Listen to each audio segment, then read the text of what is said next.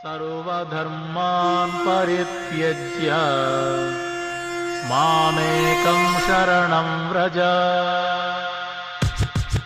The miseries of material existence and the most hopeless conditions of life is the best possible opportunity to turn to God.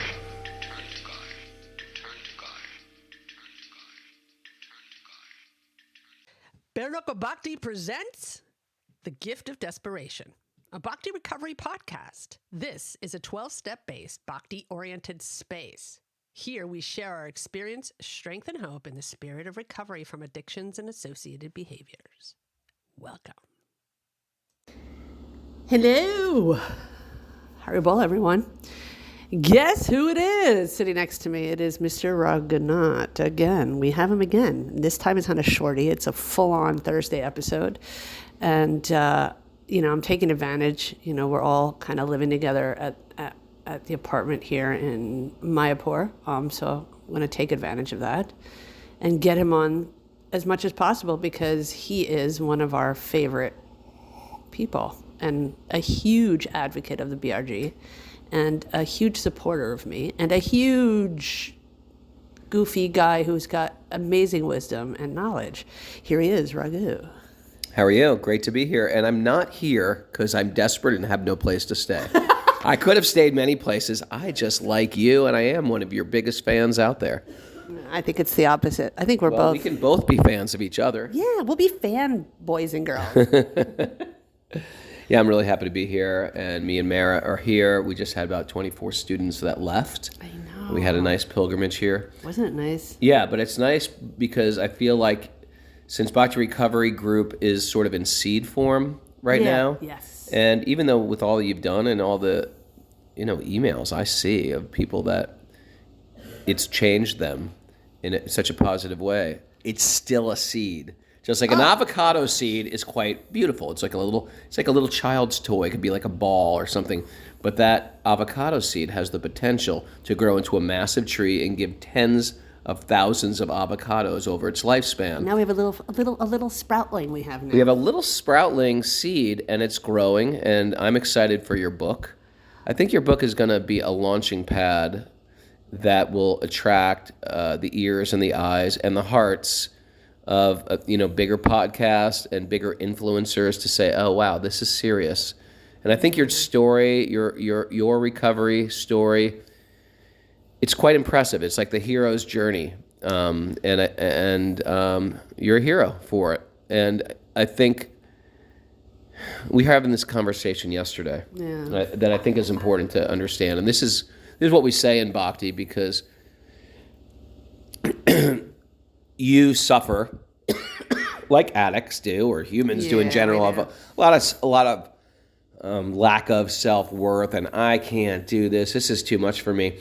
And the fact is that when we get connected to spirit, to source, you're not doing it anymore. Yep. You don't have to outsource your intelligence to anybody else because you're not doing it. Our intelligence, our creativity, our great charm, our writing skills, even if they're excellent, still have a material ceiling.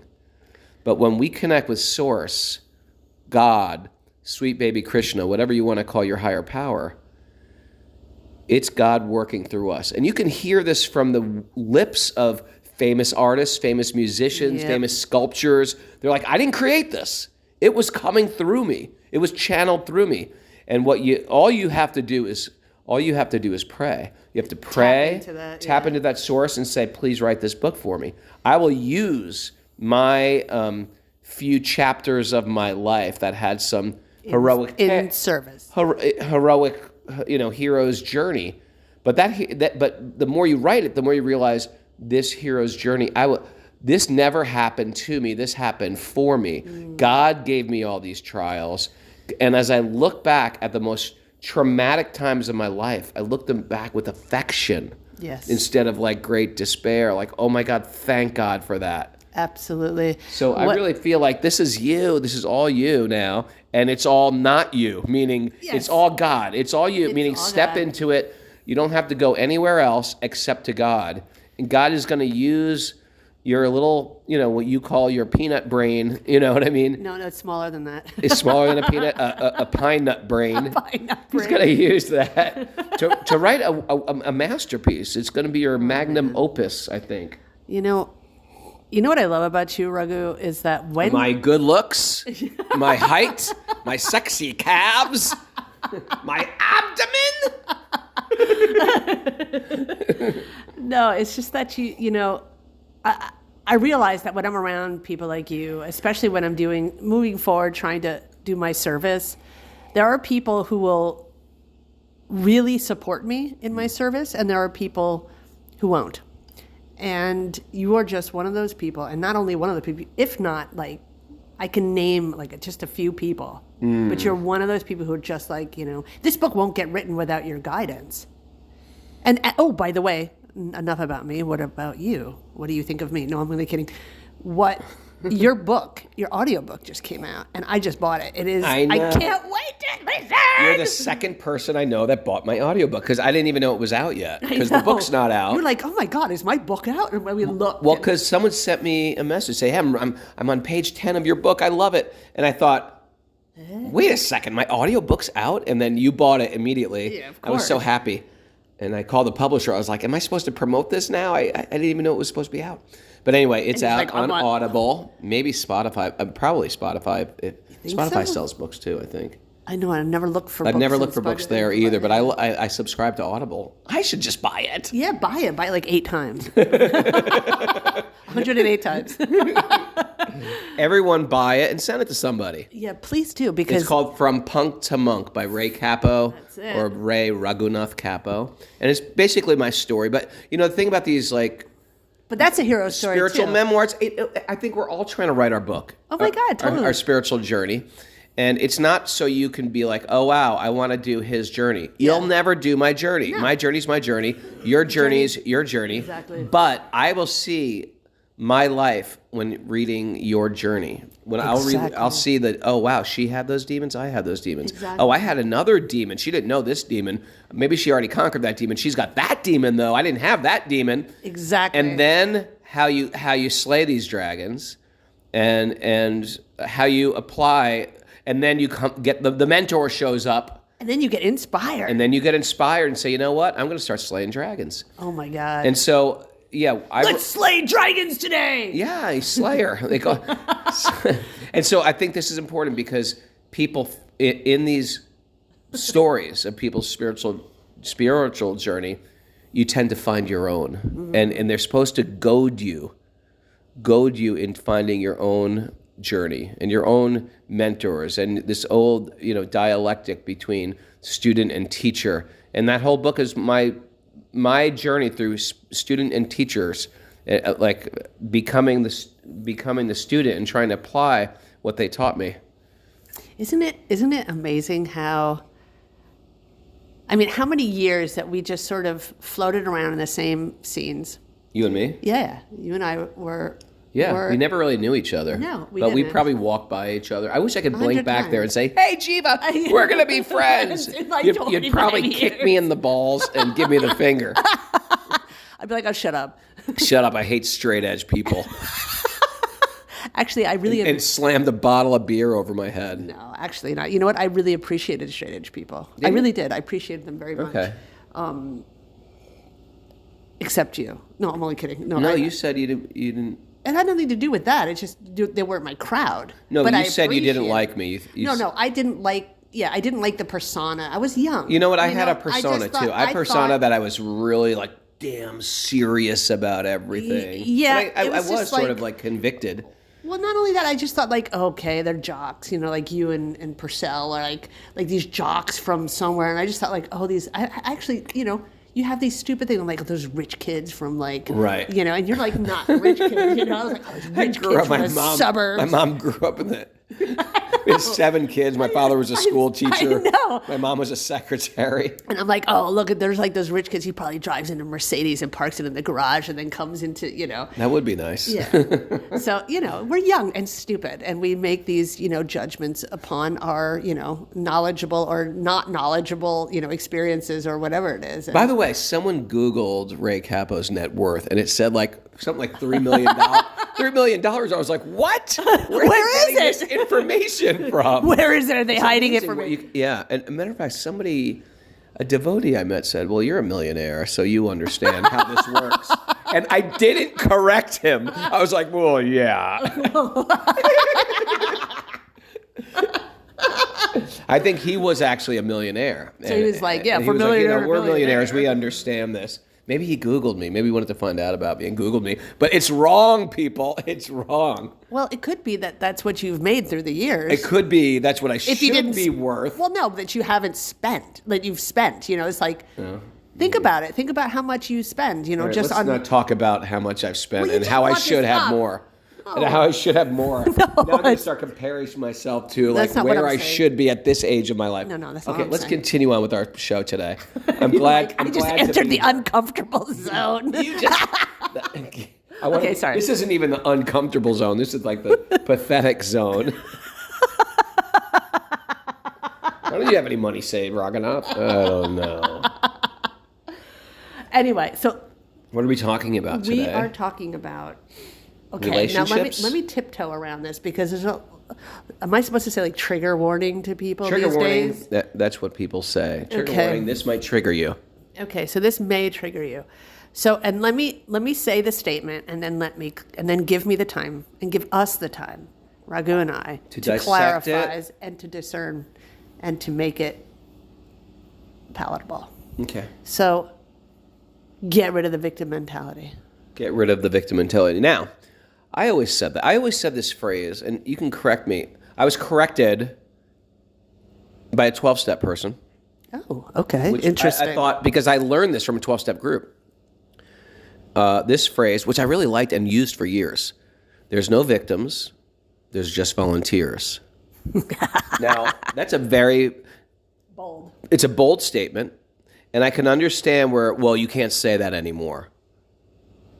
Now, what's your reaction? Now, that, to me, when I hear that, I hear like, okay, I don't like the way my life is. I don't like the way people treat me. I don't like my pay grade. I don't think, and it just means like, well, don't you understand? Fool me once, shame on me, or shame on you. Fool me twice, shame on me. So that's how I always took that. But they were saying, oh, no, you can't say that because there is the innocent that have been victimized, like the children or the vulnerable. And so what would you say to that statement? Can you just throw out that stage, there are no victims, there's just volunteers? Or is it too callous in this day and age and triggering and unempathetic? Well, that's the thing. It's a very good question. And we're just talking about a 12-step lens. So let's stay within that 12-step lens for the moment. Because we can zoom way out of that lens. Absolutely. To the eternal journey of the soul. Well, this is what I mean. So we're going to start with the 12 steps, and then we're going to go out into bhakti, because I think it's both a very, very interesting, not only interesting, life-changing and life-saving statement. And so, like, if we dissect that, let's start with the 12 steps. So the 12 steps, my view on that is this. My sponsor told me that. She was a drill sergeant. A drill sergeant? She was a drill sponsor? sergeant. That's what you need for a sponsor, probably. And Well, some people, yeah. yeah, okay. And I was ready for it. I was like, I walked into the program. I didn't walk. I crawled on my hands and knees like a broken soul. Tell me what to do. Tell me Exactly. what to do, because every choice I make is ruining my life. Absolutely. Beautiful. Absolutely. And it was the most, and this is what we were saying before, this was the most incredibly beautiful time of my life. I bet. Because it was like finally like, oh my God, there's an adult in the room. Right. There's a frickin' adult in the room. Yeah, I love that statement. I know it's Me little. too. There's an adult in the room. But when you go to meetings, it's like spiritual kindergarten, but there's always an adult in the room. There really is. There's always, the sponsor, the person who has many, many years of experience, the old timers, we put it. So putting that so if we're putting that into a 12-step lens, and we're talking about there are no victims, there are only volunteers. So it really goes into our fourth step and our resentments. And it goes into, if let's make it even more simple than that.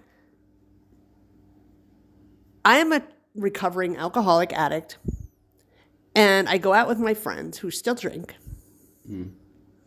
and they go to a bar, and I go with them, and I'm sober, and I have my glass of water, and they're drinking their beers or doing whatever it is they're doing. Sure.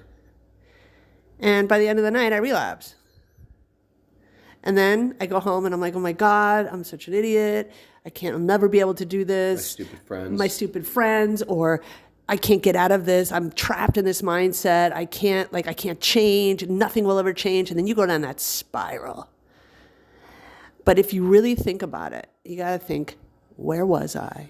And what was my part in it? And it is a really learned craft to ask what your part in it was, even if you think you're a victim. So I'm going to go out on a limb and say something even more triggering. Okay, trigger me. Okay. You know what my new statement is, you can't hurt me. It's sort of like, it's just saying, listen, oftentimes I find this whole, I'm taking a little squirrel, I'm squirreling off on a little detour here, but. Squirrels allowed on the show. Okay. Oftentimes this idea of a trigger, generally it means is something I have to explore. If something is triggering me, that's not your fault for saying it. No. That means there's something I need to explore if I actually want to have a integrated, healthy, progressive life. If I get triggered, the whole world is triggering. I can't. Oh my God! Yeah. Lock myself in my room. I don't. The whole world is going to be triggering. I want to develop a thicker skin to deal with this world. It's what we say. Don't pray for a lighter load. Pray for a stronger back. Booyah! I like that. And I feel like, you know what? I'm either going to have to do some internal work if that's triggering me, not blame you for what you just came out of your mouth. Things are always going to come out of people's mouth. Oh, my God. I'm going to walk around with, don't say this. Here's my list of things you can't say. Here, before we have a friendship, here's a list of things you can't say. Yeah, and I'm very, very offended, and I'm going to take offense to all this. People are setting themselves up to be broken and battered and beaten. So That's what I mean. Yeah. And so, you can't hurt me. This is my newer statement. Instead of, here's my triggers, it's, you can't hurt me unless I allow myself to be hurt. There's got to be some self-maintenance or self-governance. Yes. So I say, this is one of my favorite expressions. Say it. I stopped carpeting the world and finally put on slippers. Ooh. Kabooyah. You can't just carpet the whole world with how you think it should be. The world according to Jiva. The world according to Raghu. It's cold out there. Yeah, put a damn jacket on, you fool. Yeah, it's too sensitive. Things are falling on my head. Put on a helmet. This is what I mean. And so if we can't change the outside, and this is also a very bhakti thing, if we can't change the outside, we change the inside. If we can't, we change our attitudes. We change. So like I said, let's go back to that. I was in the bar, I did this, blah, blah, blah, blah, blah, blah. What was my part in it? The part in it was I volunteered to go into that bar. Yeah, into that pub. And I sat down and I put myself in a dangerous situation. Sure. And in order to understand why we do these things, we have a fourth and fifth step. We have all the steps to work on those. We take a moral inventory ourselves. We admit it to God, to ourselves, and another human being, the exact nature of our wrongs. And if the wrong is making bad decisions, why do we make bad decisions? Because we're people pleasers. Because we're this, and we don't want to miss out on things. We don't want to do this. When we know, and when we can name the things that make us make those stupid decisions, if we can't just stop them, because that's what I did. I just stopped them, and then I figured it out later. Some people can't do that. Do it with your sponsor. Stop doing stupid decision 8,647, just stop it. And we learn these things. The more we go into the program, we learn these things. The more we hone our bhakti, what is detrimental for our bhakti and for our program and what is not. And another beautiful thing is stop complaining about the world. Oh, stop God. complaining about the world and blaming the world. And start some self-governance again. Yep. self-responsibility. We call it radical Radical responsibility. responsibility. It's like, I will no longer complain. I will no longer blame. I'm not going to blame the world. I'm not going to blame my childhood religion. I'm not going to blame my parents. Truthfully, it's the sign of a boy becoming a man. Oh my God. Or a girl becoming a woman. But it's like when you Are you allowed to say that, boy and girl, now? You can't say it. You got to say Entity becoming mature. A mature entity. That triggers her. I triggered her by saying boy to man. Well, we shouldn't make fun. I mean, I understand with some people it's a very serious issue, but It's a serious issue, it is. but and deal with it. Yeah, and deal take with it. responsibility for it. You're not going to change the world. You're not going to change the world, and put slippers on. Yeah, and we always tend to think like we're all going to I'm responsible for educating the world. Oh my gosh. You know what I mean? We can barely Educate clean ourselves. our room. Yeah, Clean our totally. room. I love when people give political advice. Oh, what a stupid president is doing. Oh yeah? You can't even manage a family. And you think you're going to manage a nation? The presidents can't manage the nation. How are you going to do it? I know. I know. Anyway. So yeah, radical responsibility begins with stop complaining. What can I control? Well, I can control how I relate to people. I can control how I relate to what comes out of their mouth. I can control to... Here's another great thing that goes back to what we're saying is my trauma, my pain, my hurt, my childhood. Someone said this to me. What do you think about this? They said, I can save you thousands of dollars from therapy right now. I was like, oh, really? Tell me. He goes, Oh, do tell. I do tell. He goes, whatever happened to you happened. Now, what are you going to do with that? Hell to the yes. Right? But whatever happened. Now what? Like, instead of going, well, take me back to my childhood. And let's face it, a good Western therapist will say, okay, well, what happened? Let's excavate this. Let's find out where the pain came from. And generally, something in our, informative years, our relationship, an abandonment, a trauma, physical trauma, sexual trauma.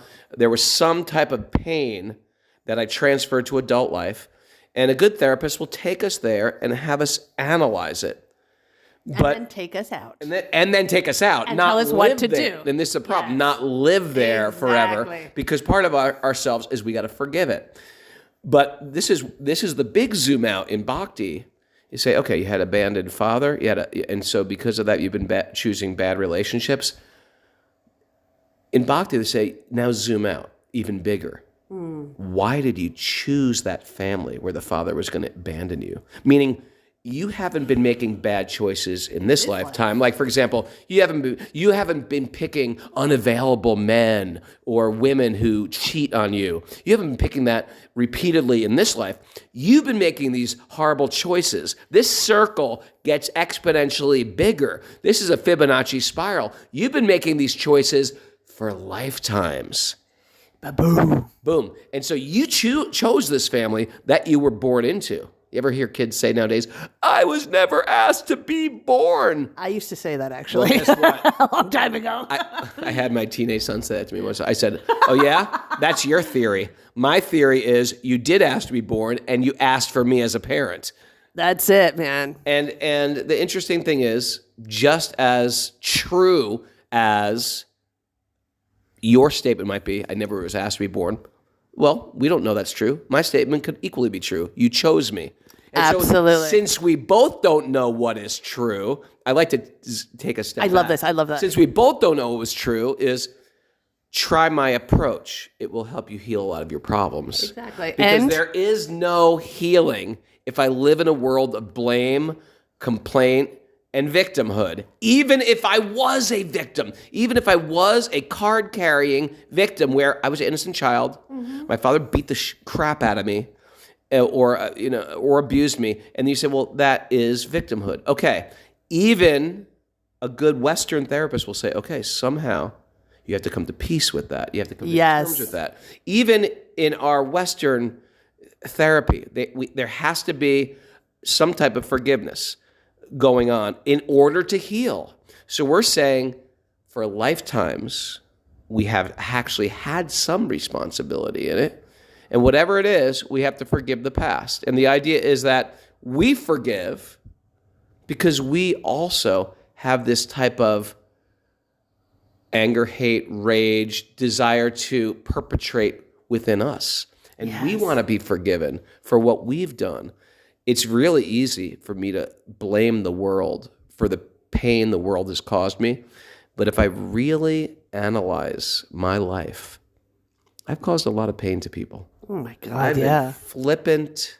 I've been cruel. I've used people. I've used women. I've said harsh, rude things. I'm a vegetarian now, of course, but I used to go fishing. I used to torture fish. You know what I mean? It's humiliating to say that.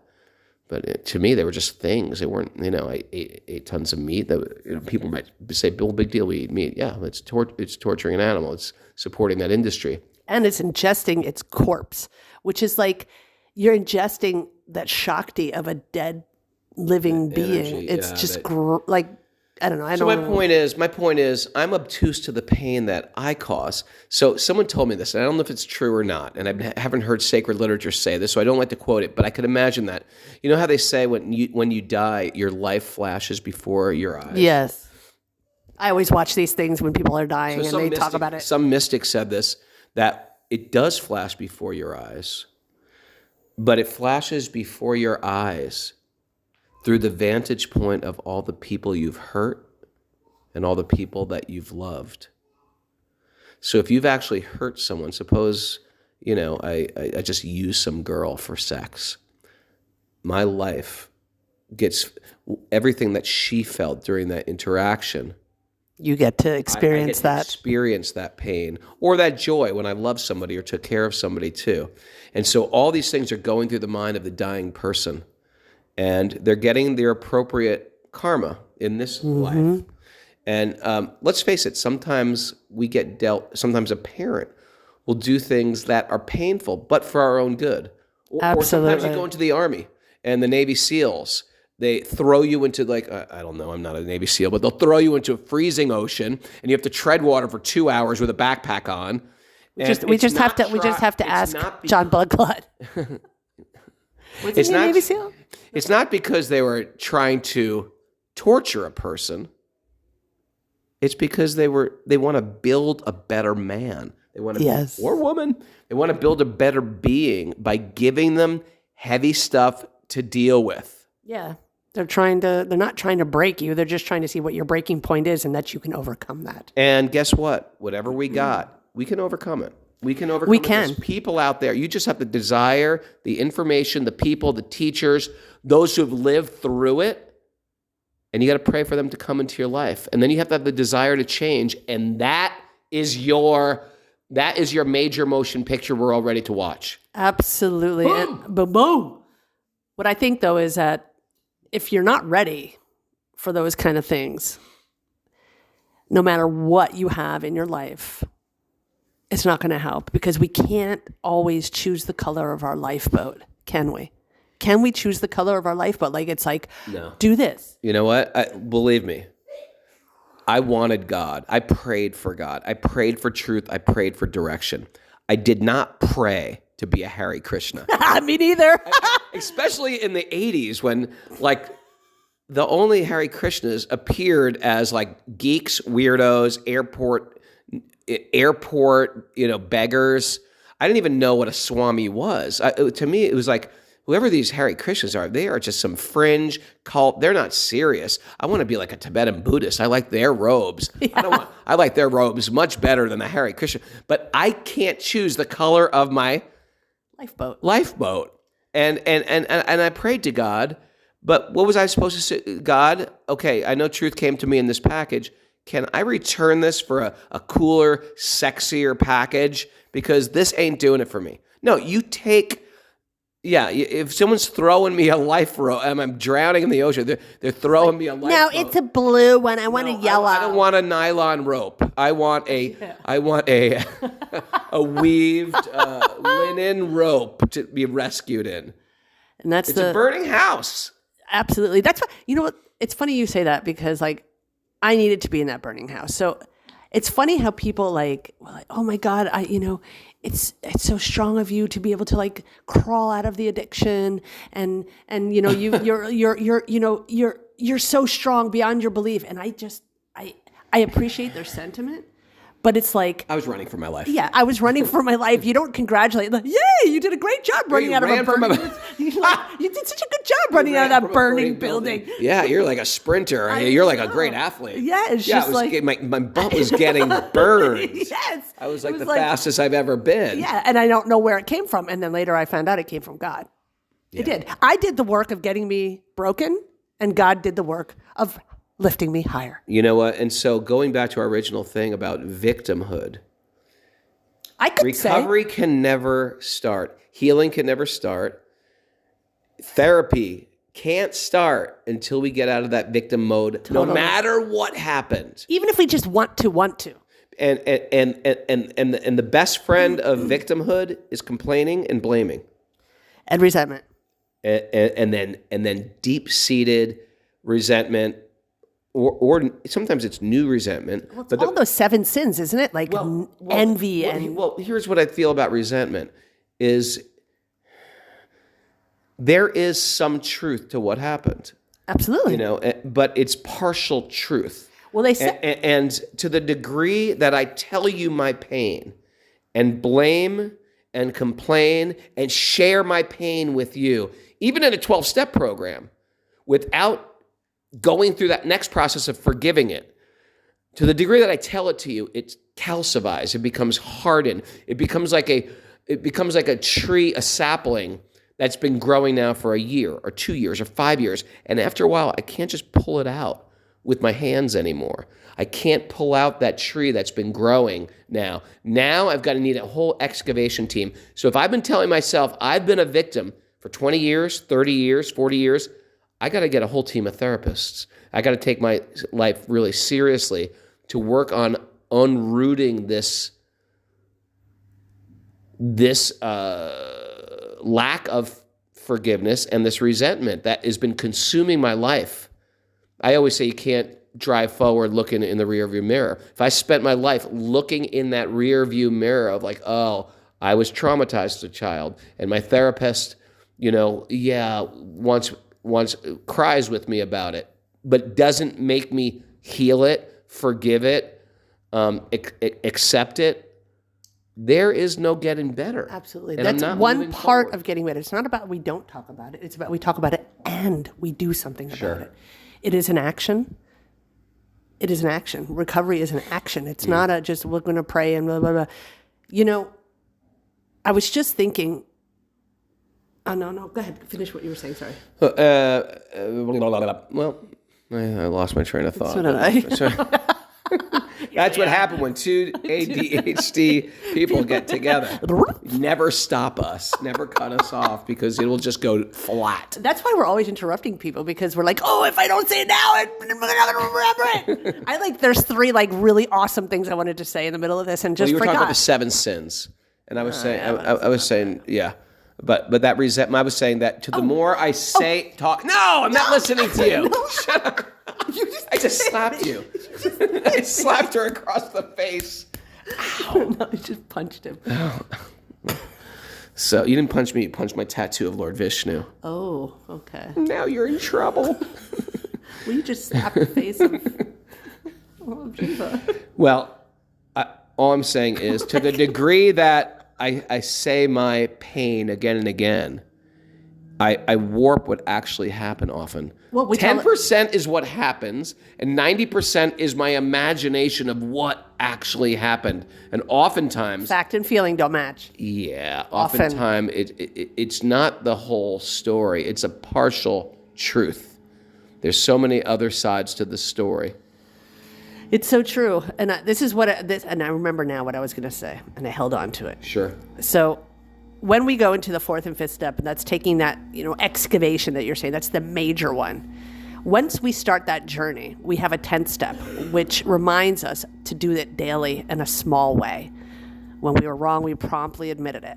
And if we're not ready to take that, if we're not ready to take suggestions, we can refund your misery 100%. Oh, that was good. Full refund. Do I get it all back? You get it all back. Okay, good. I like that. I like that deal you got going. Yeah, it's great. Try 12 steps, try getting into recovery. And if it doesn't like it, we'll refund your misery 100%. Will you refund my addiction as well? Absolutely, if that's what good. you want. Okay, it's great. all. That's the thing. It's all about us. It's about our responsibility, our readiness. And sometimes we're not ready. I spent 8 years in the program. You know what? That's a beautiful statement. Sometimes, and in the writing of my book, and I encourage everybody to write their book, even if you plan on never getting your book published. It's write therapeutic. The book. It's therapeutic. such a therapeutic. Because I see at times in my life, God was there at every point in my life. And there were certain times I just didn't want to hear from God. And people say like, well, if there is a God, why doesn't he appear before me? And if there is God, why doesn't he, they put all this responsibility on God.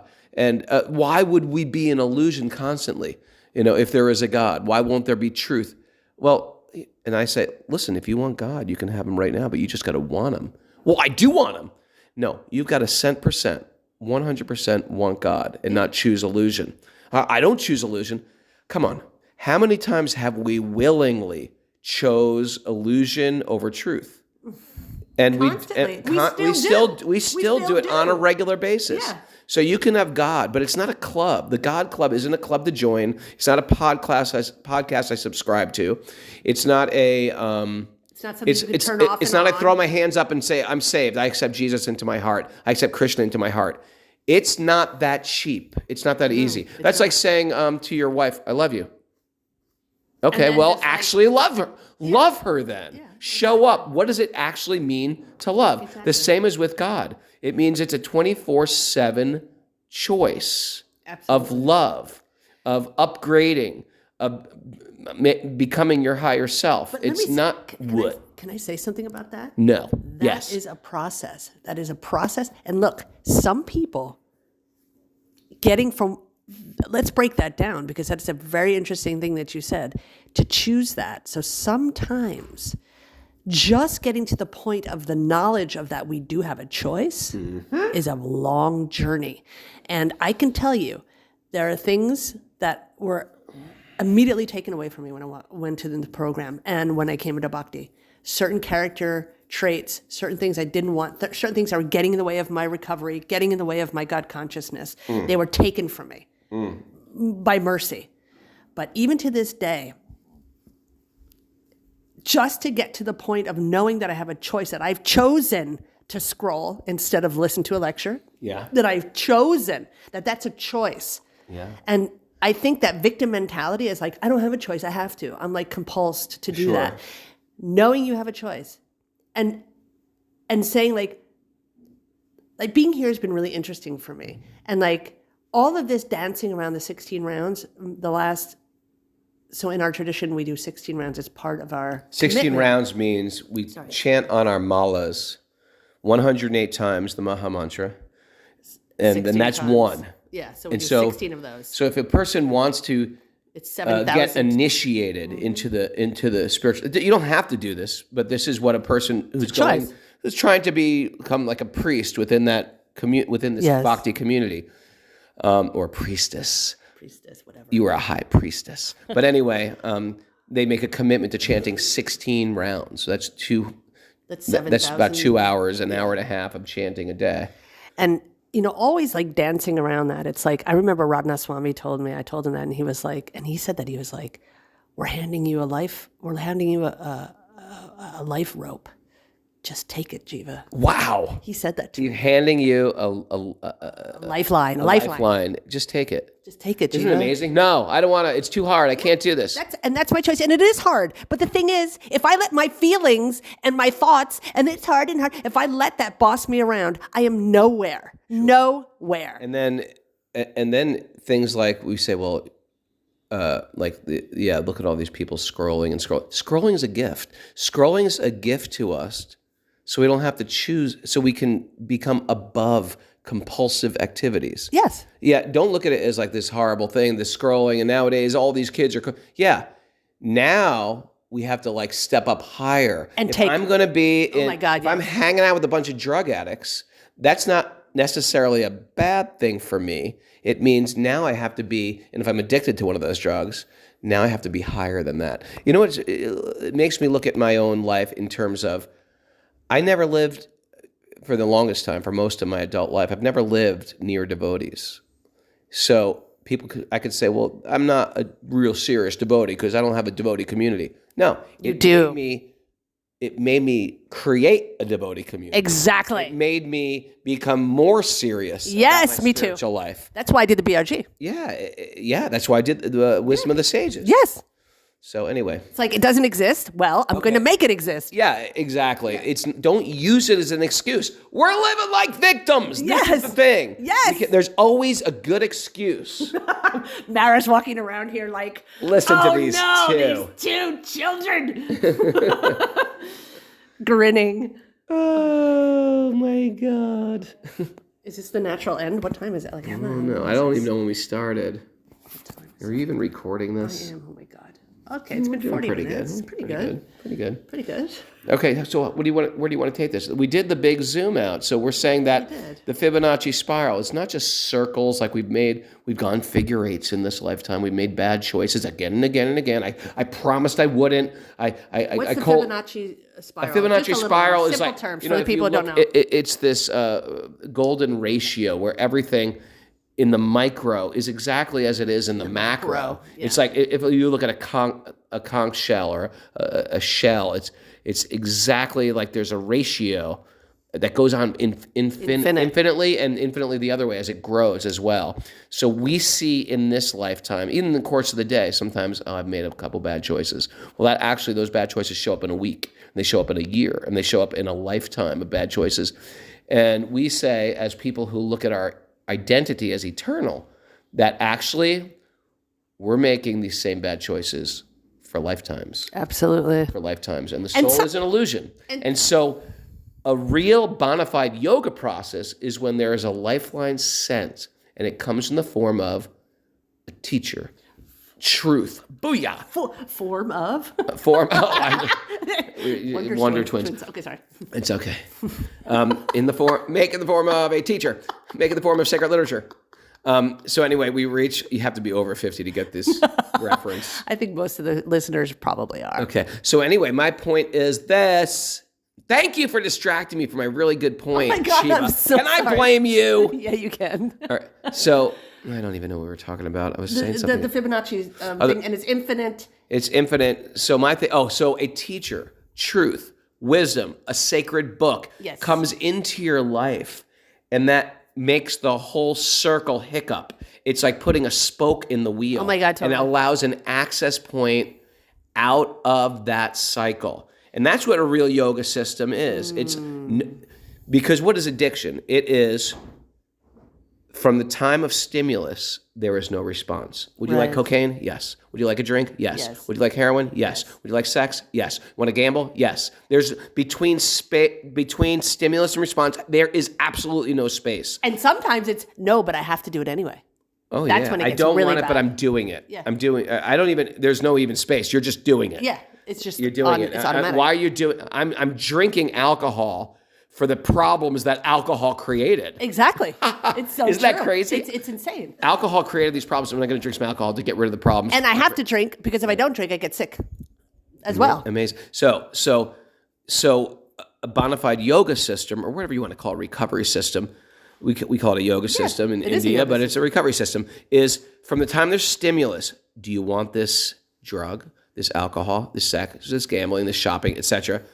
There's a space. We're creating space between response. Oh my God, that's great. Between stimulus and response, there is a space. And that's what we learn. Enter into recovery, there's more space. When you're newly recovered and someone says, hey, I know you're an alcoholic, but you don't have to drink alcohol. Why don't you just come in the bar with me? So we put up very high walls and we say, you know what? I don't go to bars. Oh, come on, you don't have to drink. Nope, I don't go. There are places I just don't go. And oftentimes in the beginning of recovery, we recognize there is no space between stimulus and response. And as the bartender comes around, or the waitress or waiter comes around and says, who wants beer? Who ordered this beer? If you're newly recovered, you're just like, I'll take that. Exactly. Because there's no space. But no, you're 20 years sober, 30 years sober. Yeah. I say, hey, I know you're an alcoholic, but is it okay if we have a meeting in a bar? You'll say, yeah, sure. Yeah, I don't mind. mind. No problem. You know why? Because you've had those parameters, and now your recovery process created space. And now from stimulus, do you want a beer? No. It doesn't mean it's a straight no. It's like, I got to think about it. I remember what beer tastes like. I remember that feeling, and I remember the result of that feeling, and I don't want to go there again. Totally. And that is the difference. Playing the tape till the end. There is more space between stimuli and response, and that's called recovery, and that's called being God conscious. Oh my God, you're brilliant. I'm slightly brilliant. Slaying it.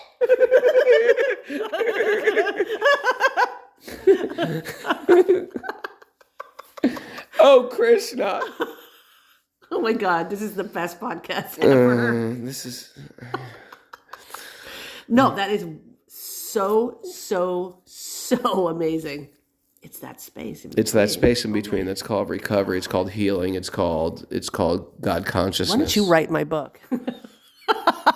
I won't, but God will. All you got to do is ask God to write it. Yeah. He will work through you and write it.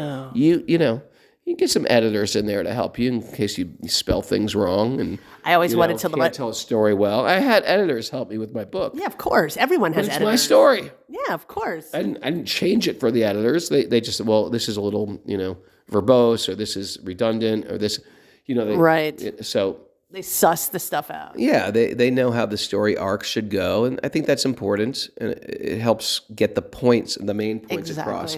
Because God sends these messages again and again. So the editor who which what they're trained in, they say, well, you sort of made this same point 3 times. Right. Now. You know what I mean? We get the point. It's a good point, but it's a little redundant right now. And even though it might be a good story, it doesn't add to the story. It doesn't add. And so part of the editor's work is to sort of cut the fat, so to speak. It's a really good, there's one more point I wanted to make, and that's, because you had talked about early recovery and having that, and we were talking earlier about making stupid decisions. I wonder how ignorant I was. If I think about, you go to a meeting, you're broken. Okay, not when I hit my bottom. After I hit my bottom, it wasn't like that. But before that, it was like that. I was in meetings in and out for 8 years before I can get sober. And I would sit there at a meeting, and I would look for all the differences. Mm-hmm. And I wouldn't look for the similarities. Mm-hmm. And that didn't help me. And I thought... differences in what? In me and them, or me, or I don't believe in that part. And I don't believe in this part. It's like you come to Krishna consciousness and, all of a sudden there's like these, these tales. Or if I went into a meeting and they say prayer and meditation to improve your conscious contact with God as you understand God. It's like, well, I can't meditate, because my mind is so squirrely. So forget that step. And right. This step, forget that step. You want to pick and choose. Yeah. You want to pick and choose. Exactly. And we're not picking and choosing. Yeah. Well, it's like you said earlier, I'm going to pick the color of my lifeboat. Yeah. And what helps is to listen to this. Steal that. I'm going to steal that. Choose the color of your lifeboat. Yeah, that's great. So when you're sitting in a meeting, when you're at a Krishna conscious, when you're having on a lecture, when you're whatever, ask yourself, is your life so great and are you so happy that everyone who's talking and everyone who's sitting there who are recovering, whether it be through a yoga process or a 12-step process, ask yourself, are you better off than they are? Are your ideas so great that you can sit there honestly and say, oh, I'm happier than you. I'm better than you. I have more knowledge than you, than the person. If you can safely say that, then good on you. Tell me the recipe, because I don't know about that. Yeah. All I know is that when I embrace something, no matter if I believe it or not, there are parts that I didn't believe. And the parts that I didn't believe, I just waited. until I could honestly understand them. And I trusted that 1,000 other people did it before me. Millions of other people did it before me. I think because 12-step groups deal with, hey, we got to get you prepared to walk through this threshold to get to some light in your life. And it's so obvious that, like, maybe it's not, actually. Maybe it's not that obvious. Matter of fact, what you're saying is, no, it's not actually obvious. I'm so covered by illusion. Yes. I don't get it. We think that we're in a position to be like, I know what's good for me and what's not good for me. No, I don't. Yeah, I'm an idiot. Yeah, we're blinded, and we can't, so the sponsor, the guru, they're saying, that's the house over there with the lights on. Go in that direction. Well, I don't get it. I'm not sure if it's a house. But it gets even more a little complicated within the Bhakti movement, because we're saying, look in the house. There's a person. There's a family in that house. There's a head of the household. What is that person wearing? So there's a heritage. Here are the generations, the family tree, and where they came from. Yeah, so the idea is that there's even more esoterica in this tradition that is like, what? Wait a second. There's a god named Lord Ram, and he carries a bow and an arrow, and then there's a Krishna avatar. And he's blue? And you just spit in my eye. And then there's a feminine aspect of God, and this is all too crazy. And you know what? You don't have to accept it all, but move in the direction of light. We just say, take baby steps forward. Yes. Take baby steps forward, and things become revealed. I know, and let's face it, certain things become revealed to me more in different seasons of my life. Yes. In my 50s, late 50s, things that I heard when I was 22 are like, that doesn't make sense. It just doesn't make sense.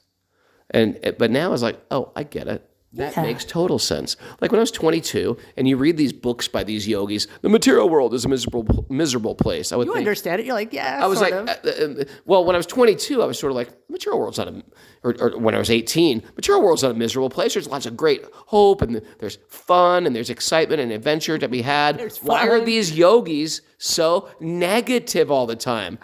You know what I mean? But people getting into bhakti, and they read a statement like that, and they're 45 plus, north of 45, the material world is a miserable place. They could say, well, my wife betrayed me, or my husband left me for a younger woman.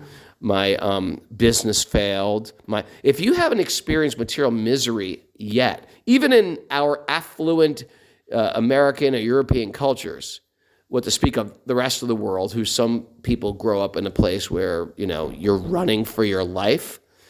If that's the case, you're north of 50 and you haven't experienced that, I start to wonder if you are a real person, because we've experienced pain, so we can hear those statements, unlike being intoxicated by youth. Youth is a huge intoxicant. Oh my gosh. It's riddled with hope. I'm going to be a baseball player, and then I'm going to make this much money. Riddled with hope. It's riddled with hope, but also in time that hope is poorly invested. That's a t-shirt. Riddled in hope. Riddled in hope. It sounds like such a good thing. I know. Yeah, go on. So, yeah, you were on the... We're getting distracted. There's something anyway, my point is, there is hope, but there is a reality as well. And I can't remember what my point was. Well, you know what the hope is? The hope is that we don't have to invest. Once we come to Bhakti and once we come to a 12-step program, we don't have to carry everything anymore. There is hope, and the hope is in God, and it's not in the material world. The hope is in the process of uncovering and realizing things. The hope is that I am not alone. I can't. God can. And there's a whole group of us who believe in the same thing, and that's the big hope. That's the big hope. I like that. The big hope. We can name the podcast that today. Big hope. The big hope. Oh, yeah. The real hope. The real hope. The big hope. The big hope. That's better. That's a t-shirt. That is a t-shirt, isn't it? Thanks, Jiva. Oh, Thanks for inviting me on. I love having you on. I love what you're doing. Let's do it regularly. Let's, because we have so much to talk about. It's insane. I'm starting a new podcast. Oh, my God. That's right. What are you doing on it? I'm the host of it. Yeah, but what are you going to do? Like, how is the format? Are you just well, talking? Only you? No, it's going to be monologues, but it's also going to have, and for the second half of it, we're going to invite guests on. Ooh. We're just working on prototypes right now, but it's going to be sort of the lifestyle of a spiritualist. And what I love about Vedic culture is it can really incorporate a lot of things. We can talk about the environment. We can talk about, health. It's broad. It's very broad. Good. We can talk about the celestial bodies and astrology and, architecture and peace of mind. Aliens? And gardening. Aliens. Alien means, yeah. Near-death experiences? Near-death experience. All that can be brought on. Oh my God, I love it. They all fit within the circle of what is Vedic culture. Everything You know what I mean? fits. Everything. There's nothing that doesn't fit in that circle. Think about it. Not one. Well, it's just thing. not what it is. What it isn't. It isn't almost like corporate monocropped thought. Okay, yeah. You know what I mean? But even that, you can. Yeah, it's called Maya. Yeah, that's what I mean. That fits in within Maya. So it's just like alternative thinking, alternative ideas. I love that. I'm super psyched. What's it going to be called? Do you have a name yet? The working. The Big title, Hope. You know what the working Big title Hope. is? The Big Hope. Good people doing things. Oh, I like that. Well, you know why I like it, and it's not for sure that's it, but the news is filled with people doing bad things, and it gets some endorphins going. It gets my hate. Is that such a thing? A hate endorphin? I don't know what. It's any endorphin. It's just like anything that's just getting me excited to hate something. And you know what? And hate sells. But you know what? There's so many good stories out there of people working in this world doing really cool things, and I want to highlight them. And maybe one of these people is going to touch your heart. And you thought, you know what? I'd like to adopt that into my life. I'd like to change. And I want to introduce people who have made some serious choices of change and transformation. I cannot wait for this. I cannot wait. Good people doing things. I like that name. Good people doing things. Yeah. The Big Hope. The Big Hope. Oh my God, that's so good. Thanks. All right. Okay. Thanks so much, Raghu. Haribo. Check out my new book, Punk to Monk, also available on Audible for those who can't read. Like me. And me. And I read it. Yeah, I think I actually want to read it. I'm going to buy your book as well. Okay. Just because I want to buy it. Okay. Thank you. Because I want to buy it. Haribo. Oh, shoot. What is this? This concludes another episode. Thanks for listening. In order for me to serve this community to the best of my ability, I welcome feedback. Please write your feedback at bhaktirecoverypodcast@gmail.com. That's bhaktirecoverypodcast@gmail.com. Also, please don't forget to follow and give us a 5-star rating. Share this with family and friends. If you'd like to join our Bhakti Recovery community or just find out what we're all about, please visit our website at www.bhaktirecoverygroup.com. That's www.bhaktirecoverygroup.com. There are no dues or fees, and we meet daily. If you or someone you know is struggling with addictions and/or associated behaviors, you will find links in our show notes to various 12-step programs. Nobody seeking recovery need ever be alone again. सर्वधर्मान् परित्यज्य मामेकं शरणं Vraj. The miseries of material existence and the most hopeless conditions of life is the best possible opportunity to turn to God.